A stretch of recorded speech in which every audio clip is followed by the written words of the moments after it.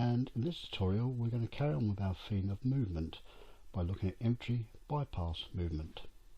Infantry bypass movement allows us to enter the hex where either woods or building is situated, but not paying the 2 movement factors to enter that hex, which normally is the case. Instead we pay for the other terrain contained within that hex. An example of that would be, let's say we want to move our half squad, presently in L3, across to N3. Now normally we'd have to pay 2 movement factors to go into the N3 hex because of the woods, then on to N3 for another 2 movement factors for a total of 4, or we'd go through the N4 hex for 2 movement factors onto N3 for a total of 4. What we can do instead is we can declare that we're going to bypass, and we actually move along the hex edge of either N3 or N4, which are both open terrain. Open terrain of course is 1 movement factor, so what we'd do in this case would be go bypass for 1 movement factor into N3 for a total of 3 movement factors instead of the normal 4 if we hadn't have bypassed either the woods in N3 or the building in N4. When we're using bypass movement, we must declare that we are using bypass movement and where we're actually bypassing. We are allowed to move a total of 3 hex edges in any one hex for bypassing, but the 3rd hex side is double movement factor points. So if we wish to, we could actually move along the N3 hex side here for 1 movement factor, along this 2nd hex side here for another movement factor for 2, and we are entitled to move across the 3rd one here, but that will cost us double movement factors, so it will cost us 2. So in actual fact we'll have 4 movement factors to go around those 3 hex side edges. We may never finish our move in bypass, so we must always finish within a hex itself. So what we may not do is move this unit bypass 1 movement factor, 2 movement factors, 4 movement factors, and end our turn with our unit sitting like that. We must always end our turn with the unit physically in a hex. There are a number of restrictions on bypass movement. First one is you may never bypass a hex edge where the depiction of the artwork of either the building or the woods touches the hex edge. So an example of that would be down here in P5, where this building's artwork actually touches the hex edge between P4 and P5. So we may never bypass the P5 hex edge. Of course it's perfectly okay to bypass the P4 hex edge. You may not use bypass movement to go around a obstacle which is ablaze. An example of this would be if there was a fire in M3, another one in M4, we would not be able to bypass by going either through the M3 hex side or M4 hex side across to N3. You may not use bypass movement to bypass a hex containing a known enemy unit which is not disrupted and is fully armed. So we may not, in bypass movement, bypass the building in M4, then try bypassing the stone building in N3, as this hex contains a known enemy armed non-disrupted unit. We may not use bypass to bypass a hex which has rubble marker in it. So again in this case we may not bypass the N3 stone building hex sides.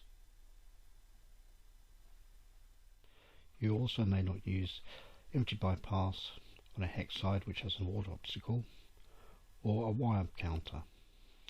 As roadblocks are deemed to actually go right to the edge of the building on the hex side they're situated, so it stretches across there across the touch of the building at M4 and across the building at K4, some see you cannot use infantry bypass movement to go around the edge of a roadblock.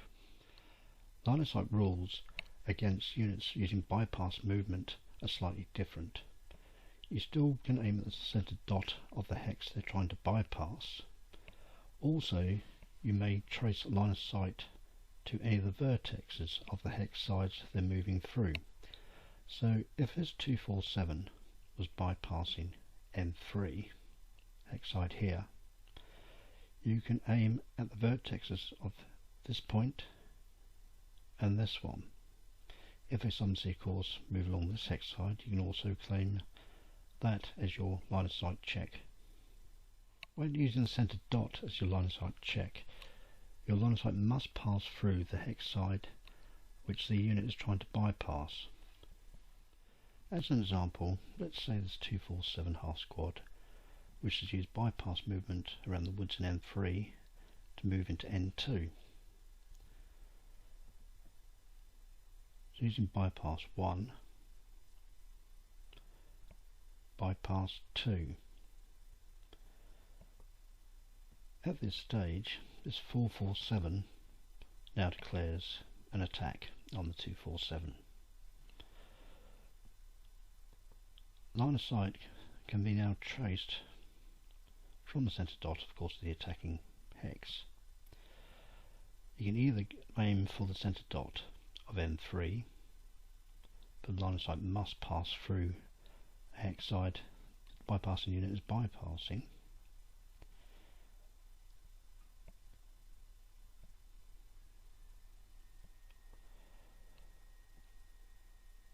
which means the unit can fire in this case because the line of sight does go through the hex side it's bypassing. Also, of course, the attacking unit could instead decide to aim for the vertex here, which also allows them to shoot.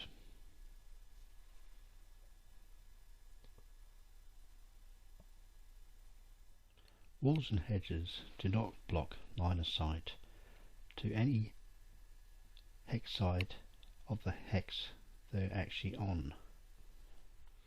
Example of this would be, let's say this 447 and L7 decides to use bypass movement around these woods in M8 to get over to N8. Bypass 1, bypass 2. At this point, this German 467 decides he wishes to fire on the 447. Line of sight is straightforward, either to centre dot or to the vertex, which will sometimes go through this hedge. This hedge will not block line of sight, even though the unit is actually moving around in M8, but it's moving along this hex edge of M8.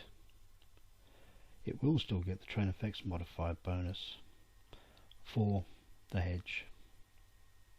If a unit is pinned or broken during bypass movement, it is deemed to be in the non-obstacle portion of the hex for the rest of its movement phase.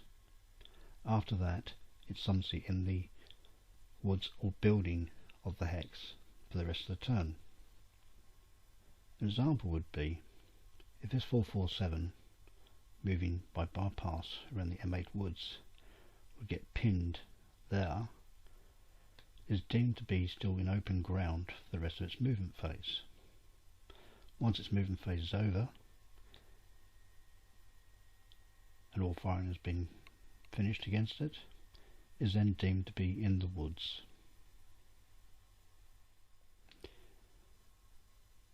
Thank you for watching this video. I hope you found it useful.